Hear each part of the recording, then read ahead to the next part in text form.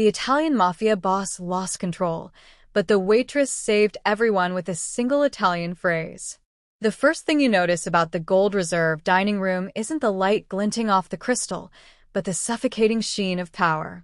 Every movement is slow, every utterance hushed, and every smile painted on. This establishment is a temple of fleeting control where immense wealth and immense danger meet.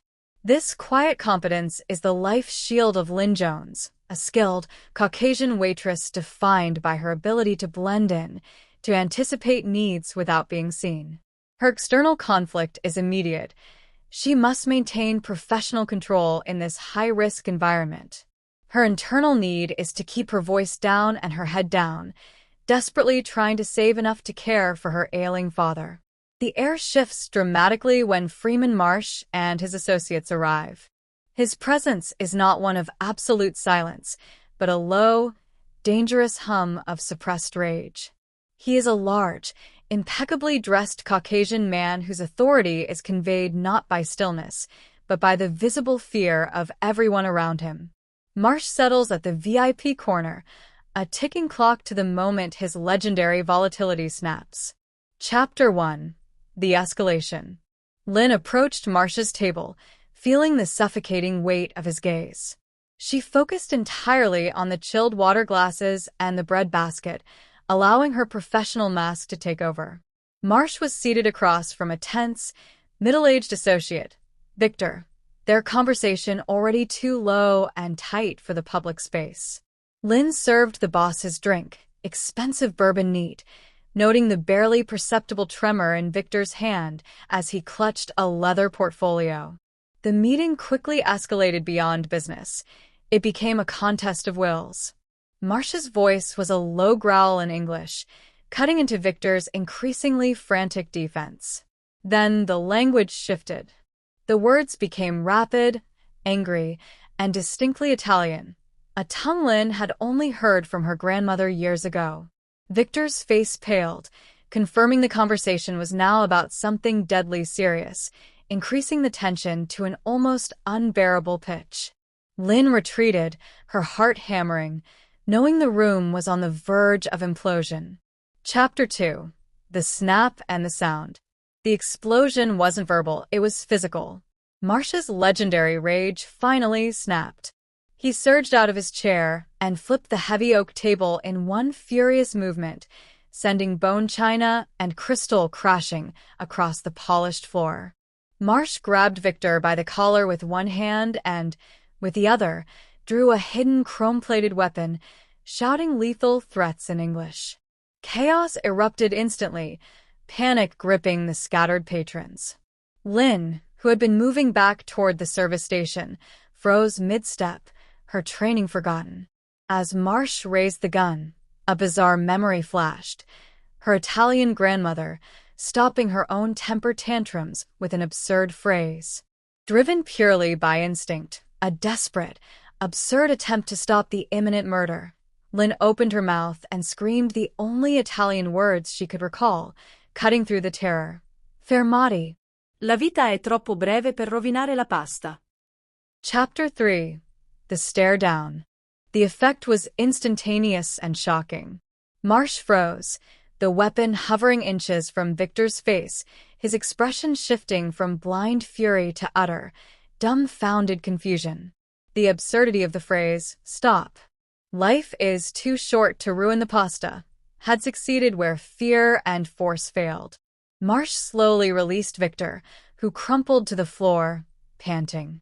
Marsh's bodyguard, Marco, quickly rushed Victor out of the room. Marsh stood still, his eyes fixed on Lynn, his breathing heavy. He dismissed the remaining terrified staff with a wave of his hand, but held Lynn with a single, intense gaze. The immediate danger had passed, but a new, more personal threat had begun. Marsh slowly holstered the weapon, his voice low, demanding, and stripped of rage. "Where did you hear that?" he asked, his focus now absolute. Chapter 4. The Summoning. Lynn was sent home not with a warning, but with a lingering sense of dread. She spent the night sleepless, convinced she'd be fired, or worse. Yet, the next morning, she received a crisp envelope containing not a termination letter, but a formal summons to Marsh's penthouse office. The luxury of the high-rise was dizzying. Marsh was waiting, impeccably dressed and perfectly controlled, the volatile man from the night before nowhere in sight.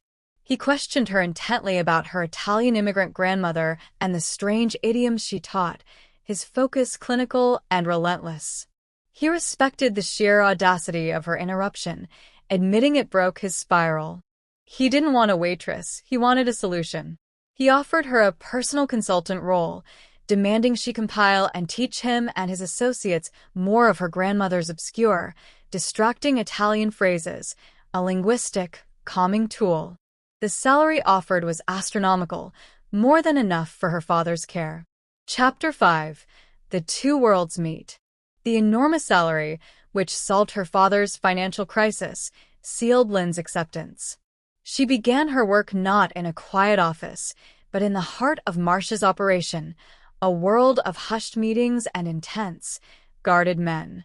Lynn found herself teaching Marsh simple, almost ridiculous, Italian phrases, not as language, but as calming mental anchors to disrupt his destructive thought patterns. She glimpsed the darker reality. Coded phone calls, maps with cryptic markings, and the chilling, omnipresent security detail. Her classroom was a mahogany boardroom. Her students were hardened men. She was an anchor of bizarre normalcy in a sea of criminality. Despite the fear, she felt a strange sense of purpose. She was no longer invisible. She was essential. Chapter 6. The Test of Trust. Marsh abruptly took Lynn out of the office for a late-night dinner at a secluded, off-the-books meeting location. The ambience was tense, suggesting they were far from safe. He explained that she was there not for her skills, but because he needed her stability in the field. He revealed his need was deeper than just rage management. His volatile temper was a vulnerability, a tactical weakness his rivals could exploit. Marsh needed someone uniquely disconnected from his business to cut the line when the pressure became lethal. He looked at her, not as an employee, but as an essential tool. Lynn, emboldened by the truth and by her father's recent improvement, asked him simply why he chose her. Marsh replied, "Because you chose to speak when everyone else chose to die." He needed a different kind of courage. Chapter 7. The Double Cross. The atmosphere was quiet, too quiet. The supposed safe meeting was a setup.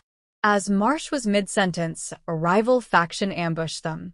The serene location erupted into a thunderous gunfight. Marsh shoved Lynn behind a marble pillar, but he was grazed by a bullet and momentarily stunned, losing his footing and dropping his phone. Chaos reigned. As the bodyguards desperately returned fire, Lynn noticed a courier from the rival group frantically shouting instructions in rapid Italian into a headset, a coded message for the attacking team. Marsh, disoriented and injured, couldn't decipher the complex tactical language. Lynn realized the escape route hinged on understanding that message, and Marsh, her volatile anchor, was now relying entirely on her. Chapter 8. The Crucial Translation Climax. Terror was a suffocating cloak, but the sound of Marsh's labored breathing beside her pulled Lynn into action. She focused on the courier's frantic shouts, the fragmented Italian words connecting with her grandmother's lessons. It wasn't simple grammar, it was a street code. Realizing Marsh's life and her own depended on her, Lynn grabbed Marsh's shoulder, ignoring the smoke and gunfire. She shouted the vital escape instructions in English, translating the coded Italian on the fly, using her voice to control the chaos instead of quelling it. Her urgency cut through the gunfire, overriding Marsh's bodyguard. They followed her shouted directions, narrowly escaping through a kitchen service door. Marsh, leaning heavily on her as they raced for the escape car, looked at her, the shock replaced by a profound, raw realization of her essential value. She hadn't just used her phrase. She had become a weapon. Chapter 9. Resolution and a New Path. Later, recovering in his private medical suite, Marsh dismissed the business details. He spoke only to Lynn. He admitted his organization didn't just need her calming language, they needed her unique insight and unexpected courage. He confessed his need for her stability was permanent. He offered her a secure position by his side, personal, professional, and protective, confirming he had already fully funded her father's medical care and the future small cafe she dreamed of. The payment was non-negotiable, a declaration of intent. Lynn accepted the risk. She was no longer running from the service industry. She was choosing a life of influence and danger. Marsh took her hand, his eyes intense. She hadn't just saved him. She had finally spoken up for herself. "Benvenuta a casa, Lynn," he whispered, a sincere welcome home. Her life, she knew, had irrevocably shifted course, and she finally felt like she was exactly where she needed to be.